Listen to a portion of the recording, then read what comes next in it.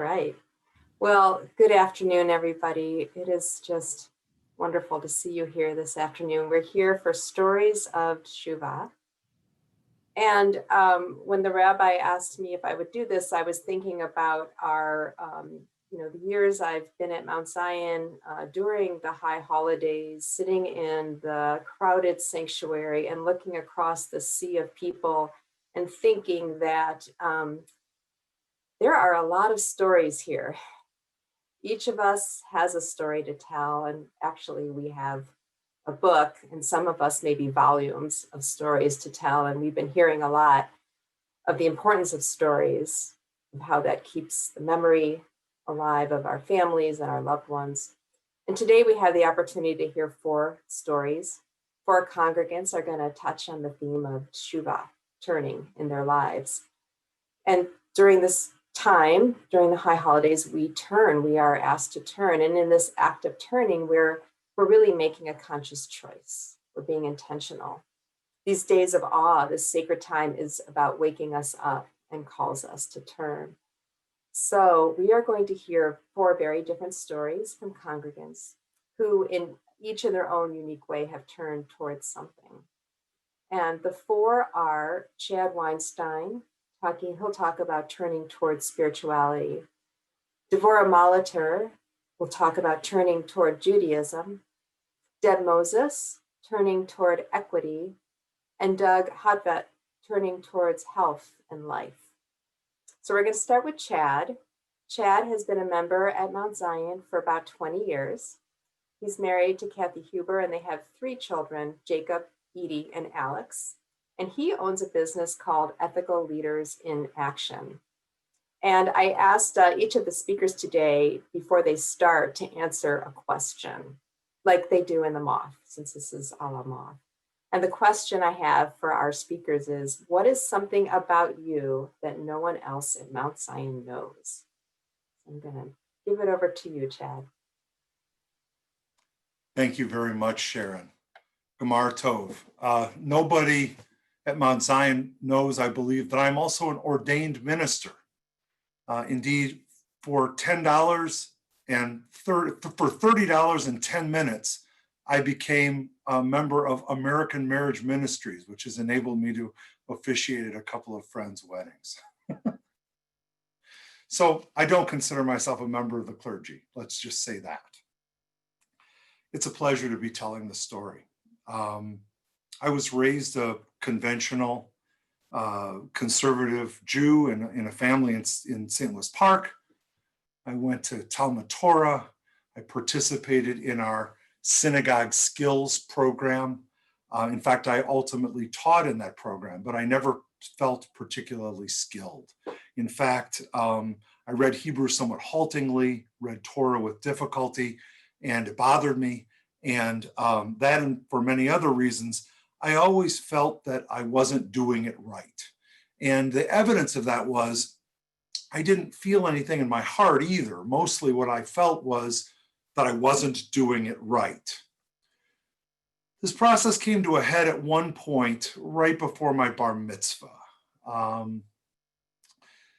I was understandably nervous, and it was the custom at our synagogue for the bar and bat mitzvah candidates to come to the minyan during the week before the bar mitzvah and to practice their Torah reading. And this is, just to be clear, practicing the Torah reading in front of, frankly, the old men of the congregation who had made the oral correction of Torah reading a competitive sport. So my father and I went, and I focused initially on placing the tefillin, because this I knew I could do.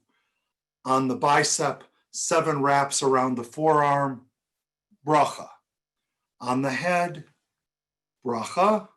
Around the hand, making a sheen, bracha. I did it.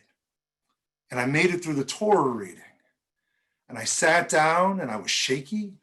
And my father leaned over and he said, "Son, you're 13 years old and you were called to the Torah for the first time. You were just bar mitzvahed. It's done. So the rest of this is a ritual and a celebration. So let's relax and enjoy it." And indeed, I did. And it was really fun. But I am also, in the words of our liturgy, somewhat stiff-necked. And so I have to say the feeling of inadequacy returned and characterized my adolescence and, in fact, my experience of Judaism until fairly recently.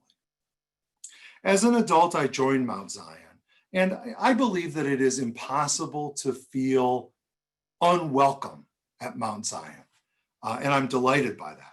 But I did manage to privately feel inadequate and that as a Jew, I wasn't doing it right. And so I for many years, really avoided involvement. And one day I was sitting at High Holiday services, and during the Torah service, the rabbi carrying the Torah around, and I rose to kiss the Torah with my tallis in hand, and the decorative fringe of my tallis got caught in the ornament of the breastplate of the Torah. And I freaked. I mean, I'm holding up the service, and the thought in my head is, how can I screw up kissing a Torah? How can this be? And I heard Rabbi Spilker say, relax, it's okay. And I looked up, and on his face, I didn't see anger or impatience. He might have been amused. And so I calmed myself and unwrapped the fringe and sat down, and I cried. And I realized that the reason I wasn't feeling anything good is because I was busy focusing on this fantasy of being inadequate. And I will say it didn't go away that day. It's still a challenge. In fact, the rabbi and I have spoken about it since. But it got a lot better. And this past year, I took the Musar class, Cantor Strauss-Klein's Musar for Parents. And I connected very deeply with the concepts and the practices of Musar. It's Judaism that fit for me and helps me on a daily basis. But I also connected with my classmates, and we had wonderful conversations. But truly the best teachers for me of how to be Jewish without feeling like you're doing it wrong have been my kids. My son, Alex, who's 11, in second grade, when he was in second grade, he declared to us, Wednesdays are my favorite day because I get to go to Hebrew school. I will say that none of Alex's ancestors have ever uttered that sentence. and my daughter, Edie, who is now 18, has chosen to take adult Hebrew classes and explore her Judaism that way. And my son, Jacob, likewise, when he went off to college his freshman year, he started going to Hillel because it was fun. And in fact, he went to Argentina on a Hillel trip. I am fairly confident that Alex will not need a pep talk to enjoy his bar mitzvah. And I'm pretty confident I won't need one either. But I'm absolutely certain that if I do, there are a whole lot of people I can call. Thank you. Thank you so much, Chad. That was wonderful. So our second speaker today is Devorah Molitor. Devorah has been a member at Mount Zion for about 11 years. She was born and raised in St. Louis and has been a widow for 18 years. And she's now retired, but when she was working, she spent most of her life with microscopes, using them, teaching them in biology classes, and even selling them. So Devorah, before you start telling us your story, what is one thing about you that no one at Mount Zion knows? And you need to unmute. Sorry. There you go. There you go. You just told my whole story. There's nothing left. Okay, I had a dog named Teddy the Bear. How's that? He looked like Teddy Bear when he was a puppy, but not when he got older. Everybody in my neighborhood in St. Louis would remember Teddy. Okay. So, turning toward Judaism. I've always considered myself Jewish, even though I hadn't been associated with a temple since confirmation in St. Louis in 1950. I was married to my wonderful Catholic husband for 40 years. We were members of the Unitarian Fellowship for 11 years, but I always identified as Jewish. So how has anything changed? How did I get here today? About 12 years ago, a Lutheran minister friend invited me to his Bible study. And that was interesting. And then my Catholic nephew and his wife were here for their annual late summer visit. And he wanted to go to a Jewish service. So the three of us went to Mount Zion for Shabbat service. And we were all just really warmly welcomed. It was a nice experience. That led me to the brunch for the unaffiliated, where I learned a lot more about Mount Zion. And I was given tickets to the High Holy Days. Well, I don't drive at night, so I mentioned that, and they said, no problem, we'll find you a ride. And Ray and Rosemary Stivetts, sure enough, drove up on Erev Rosh Hashanah to take me to temple. We became fast friends. They're also from St. Louis. During the evening, they invited me to Rabbi Adler's noon Torah study. In that Torah study group, I really began to cope with and understand something about Torah for the first time in my life. I had never really been able to understand Torah. And Rabbi Adler, after a little while, invited me to the Saturday Torah study group, where she and Rabbi Spilker trade off leadership. Rosemary decided she'd come along, and the two of us became regular attendees.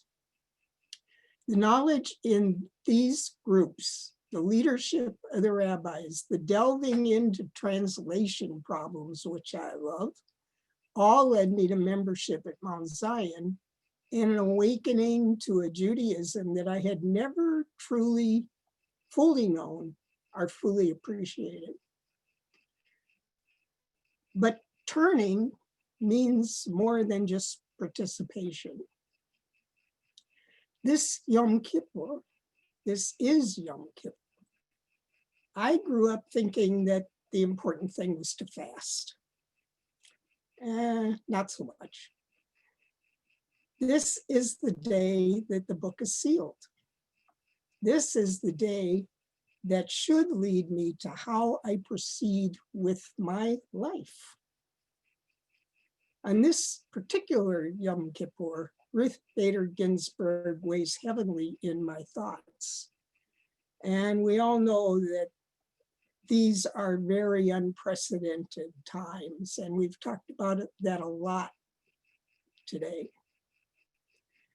I realize that in 5781, as it begins, I need to give up my excuses for lying around and watching too much television. I've got to become more actively involved in what is important, particularly in the month. What I can to help preserve this other virtues allows us to be Jews and to be here today. So thank you to the Lutheran minister and my Catholic nephew and the Stivetts and the rabbis at Mount Zion and all the wonderful staff and clergy and cantors and the membership in Mount Zion, which is remarkable. And particularly to the two weekly Torah study groups for leading me to this moment of awakening, this turning toward what it really means to be Jewish. Thank you, Deborah. That was really beautiful. Thank you. Our third storyteller is Deb Moses. Deb's been a member of Mount Zion for about 7 years, but she was a member in the early 80s as well. She has 3 adult children who live on the West Coast, and she's the executive director of the House of Charity and an adjunct professor. So Deb, before you start your story, tell us one thing that people at Mount Zion don't know about you. I think some people might, but most people don't know that French was my first language and that the common language in our house was Yiddish between my mom and dad, because my mother was a pretty recent immigrant when my dad met her. And my story is going to focus a lot more on community.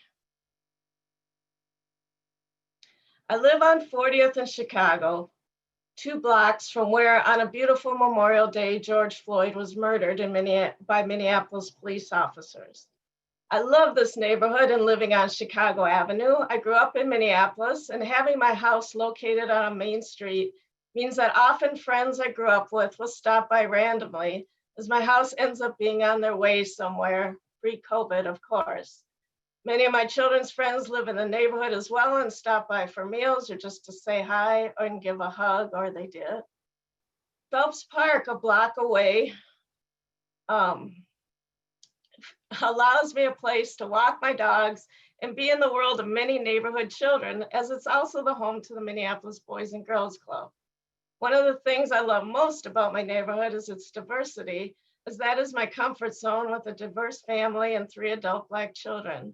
I lived in Maple Grove for many years and was never comfortable with the lack of diversity, and in fact, am much more fear of the silence in the suburbs than I do of the hustle and bustle and noise of the city. This community is the American dream, and as the daughter of a survivor of the German Holocaust, the American dream has always been the goal. My mother survived by joining the French resistance and taught me from an early age that our lesson from the Shoah is to never allow oppression of anyone in the country you live. This neighborhood is not a place where men get murdered. On any given night in our local Dairy Queen, you can see the entire world with several languages being spoken and children that make up the language, religious, and ethnic diversity of our city, all gathered, smiling and getting along as we wait in line for ice cream. I've never been assaulted or intimidated by anyone in my neighborhood except for the police. And yes, even as a white woman, I've had negative encounters with the police in my neighborhood, but not even close to the constant harassment that my Black and brown community members encounter, including my children, who have never been involved in a crime yet have had numerous extremely negative police encounters. Policing looks much different in other parts of the city, Southwest, Linden Hills, and the suburbs. Most people cannot fathom what life would be like if every white man were treated with the same suspicion and disrespect that happens to Black men and women daily. Because this experience does not exist for white people, it's hard to understand that it does exist without thinking that it has to be tied to crime. Often people cross the street to avoid Black men. Ask yourself, why do you do this? Do you know that if you are white, you are much more likely to be hurt by a group of young white people? Do you know that if you are white and murdered, there's an 81% chance that murderer will be white? And if you're raped, it'll most likely be by a white man. Most crime, in fact, is race specific. So while we talk about Black on Black crime, we never hear about white on white crime, which is in fact the most frequent crime to take place in this country. It is hard for us really to understand white privilege, as we often do not feel privileged when white life gets hard, which it does for all of us. White privilege is, however, being able to live every day without the fear of being harassed or threatened by police for no reason. Recently, after the police shooting in Kenosha, Doc Rivers, the coach of the LA Clippers, who went to college at Marquette, a clearly well-compensated, law-abiding Black man, released a statement about how he was scared every day. He talked about how every time he got in his car, he was afraid for his life. This is one of the top athletes and coaches in our country, yet he lives in fear daily based on actual experience. Our neighborhood is not on fire, out of control. Our city council is not insane or putting us at risk. BLM is not a terrorist organization. Yes, there was rioting and looting, yet there's been no association with those arrested with Black Lives Matter. In fact, many arrested were white people not involved in the Black Lives Matter movement. So how do we turn towards equity? It's my belief that first we ground ourselves in facts. From there, we work to put ourselves in the shoes of others, recognizing our white privilege and imagining what the country would be like if we lived in an equitable society. Each of us has a different scope of influence in which to do that. If each of us used our influence to work towards anti-racism, we could eventually get there. This is a hard time for all of us, so I understand the struggle in claiming privilege. What we are all feeling right now is analogous to the lives of our Black, Indigenous, and people of color communities. We all have a fear of not being able to breathe from COVID-19.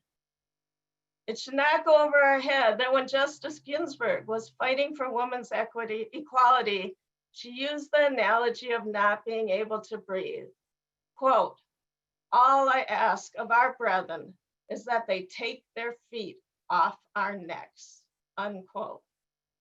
Our friends and family on the West Coast cannot breathe right now because of the fires. And when George Floyd cried out to his mother, "Mama, I'm dying, I can't breathe," while bystanders yelled, "Let him breathe, man, he is a human being," it broke the heart of every mother of a brown and Black son as they pray those in power understand their child is a human being.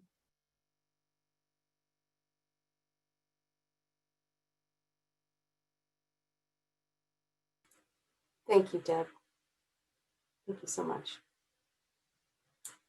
Our last story today is from Doug Hockvet, and he's been a member for over 20 years here at Mount Zion.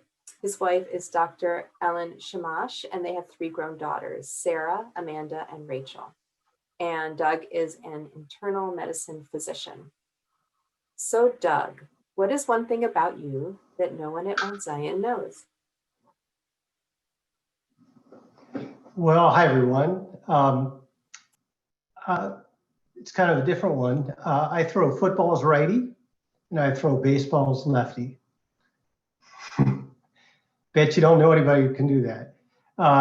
Also, 2 years of Little League, not a single hit. So, but I better stop because you'll learn about that later. Yom Kippur, the Day of Atonement. For decades, this holiday, this holy day, has made a lot of sense as a guy who still can remember with fear, trepidation, anxiety, his first confession at Holy Agnes. That was a tough day. So the idea of atonement made sense, but it makes a lot more sense now. It's much better now to me, but for different and better reasons, particularly the ones that were taught to me by Rabbi Spilker the other day. We spoke for a while. We talked about Yom Kippur. We talked about Teshuvah, and it's different meanings. It's different definitions. And that really hit home. That was good. Atonement and returning, dialogue, answers, turning back, pivoting, turning. I like turning. I like turning points.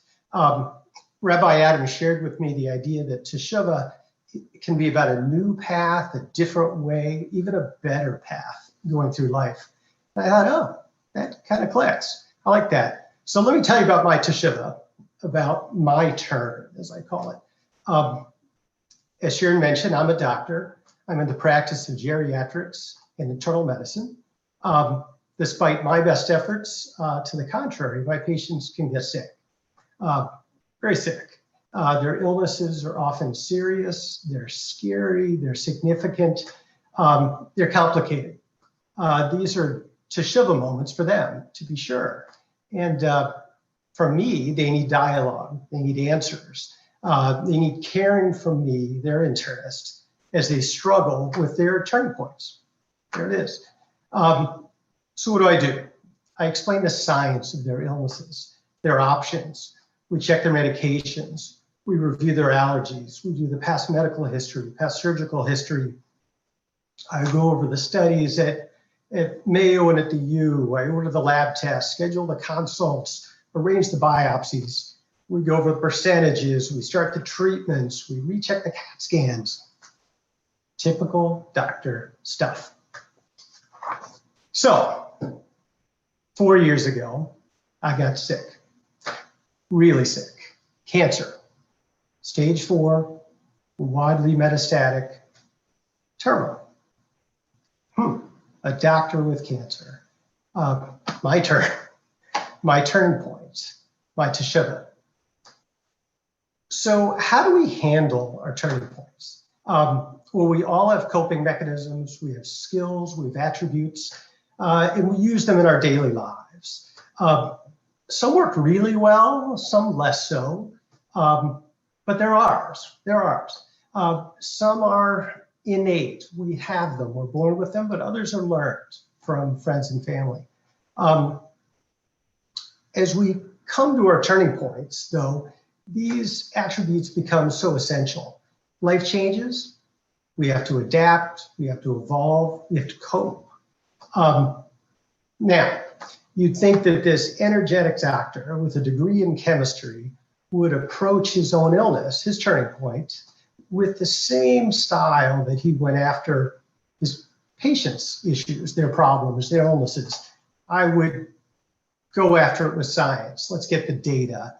What's the latest research say? Where do we go with, what are the probabilities of this medicine versus that surgery, et cetera? Nope, not one bit. Didn't use any of my doctor stuff. Changed, and I coped differently. After all, we're a lot more than just our careers. I'm a husband, I'm a dad, I'm a triathlete, I'm a gardener. I talk too much, we've already covered that, you can already tell.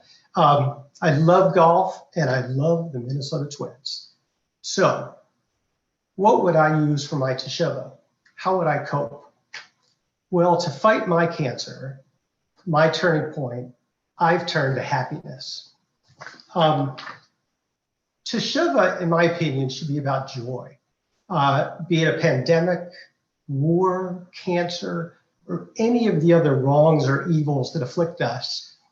Two of the greatest weapons of those challenges are the ideas of helplessness and hopelessness. It was stated in one of the Proverbs, I think 17, a cheerful heart is good medicine, but a broken spirit saps a person's strengths. So it was time to have some fun. So after all, as they say, I even said it to my patients, laughter is the best medicine. So putting on the living room rug, climbing Snake Mountain with Ellen and the girls just 4 weeks after chemo. What an amazing view that was in Vermont. Did you see that catch in right field last night by Max Kepler? Notice, right glove up, so left. Joined a new bike club called the Chuckleheads.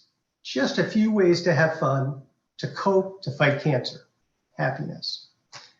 I love walking around the oncology clinic, the cancer clinic, asking other patients about their day, comparing bald heads. By the way, it's coming back. But those other patients aren't other patients anymore. They're new friends. We all smile together, we laugh together, including the day when I did 20 push-ups on the floor of the chemo room to get my IV site to work because it just wouldn't flow. And oh my gosh, togetherness, we're all cracking up over this because it's fun. So yeah, I fought cancer. My turning point was smiles, with exercise, with optimism, and indeed with talking too much.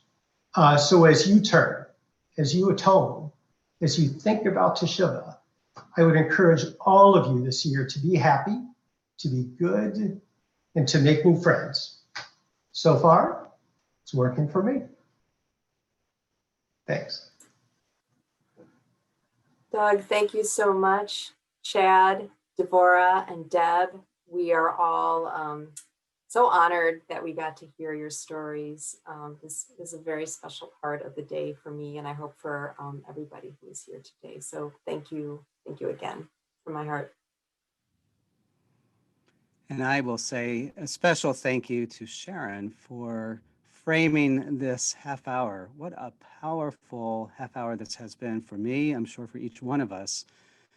To get to hear 4 people share their stories, That is such a blessing. First of all, we now know 4 people in our community better, and we are grateful for that. But each of them has told us something that I hope will open up something for ourselves. There are some things that just happen to us, and we have to figure out what we do, what kind of turning happens after this thing happens to us. And there's some things we choose for ourselves. This is the day. This is Yom Kippur, a day of atonement, of Teshuvah, but it's a day of opening our hearts to what kind of turns we need to make in our lives. So, Sharon, again, thank you for making this happen in a beautiful way. And to all who spoke, thank you.